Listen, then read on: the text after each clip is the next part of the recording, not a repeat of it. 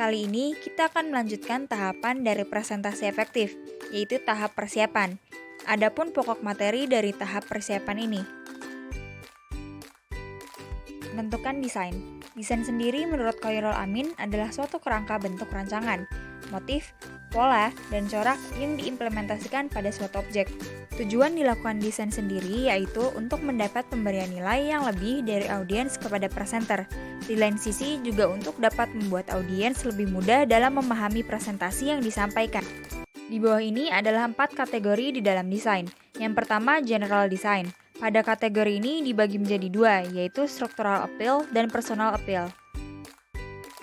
Pada structural appeal, diharapkan dapat menggunakan kata pengantar dan ringkasan, dapat menggunakan teknik patching untuk penyelarasan presentasi, gunakan isyarat verbal dan visual agar dapat mengatur informasi secara logis, serta membaginya menjadi unit yang kecil.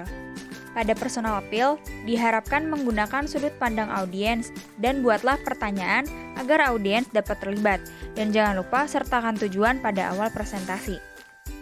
Kategori yang kedua yaitu instructional design. Pada kategori ini terdapat 5 yang harus diperhatikan, yaitu perhatian dan persepsi, memori, konsep pembelajaran, dan perubahan perilaku. Yang ketiga yaitu verbal or visual design. Berikut beberapa hal yang perlu diperhatikan. Pada bagian verbal yang perlu diperhatikan yaitu yang pertama, hindari kata yang sulit untuk diucapkan. Yang kedua, gunakan gaya dalam melakukan percakapan. Yang ketiga, gunakanlah kalimat yang lugas dan dapat dipahami oleh semua audiens. Dan yang keempat, hindari kalimat yang dapat menyinggung audiens. Sedangkan hal-hal yang perlu diperhatikan pada visual yaitu yang pertama, gunakan visual untuk satu kalimat atau per poin satu visual. Yang kedua, batasilah jumlah kata-kata pada presentasi kamu. Yang ketiga, gunakanlah kata kunci untuk mempersingkat presentasi. Yang keempat, specific media design.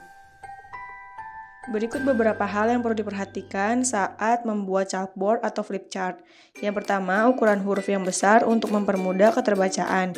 Yang kedua, tambahkan visual untuk memperjelas presentasi Anda. Dan yang ketiga, disederhanakan jika memungkinkan. Beberapa hal yang perlu diperhatikan saat membuat slide atau overhead transparency. Yang pertama, pilihlah gambar dengan mempertimbangkan hubungan gambar dengan pesan presentasi. Yang kedua, aturlah penempatan gambar dengan hati-hati pada objek yang penting. Dan yang ketiga, hindari transisi pada angka, kata-kata, dan simbol. Selanjutnya yaitu tahap production.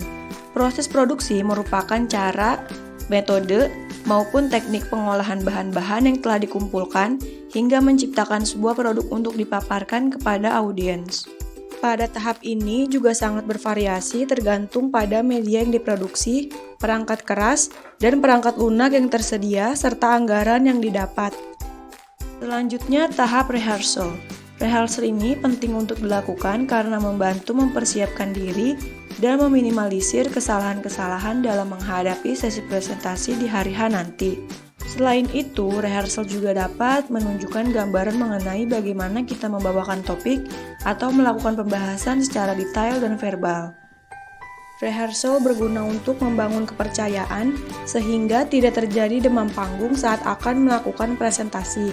Rehearsal biasanya dilakukan dengan mencoba di depan orang lain atau merekam video untuk dapat melihat seberapa jauh keberhasilan presentasi yang kita sajikan. Sekian video pembahasan kali ini, semoga ilmunya dapat bermanfaat untuk kalian semua. Terima kasih.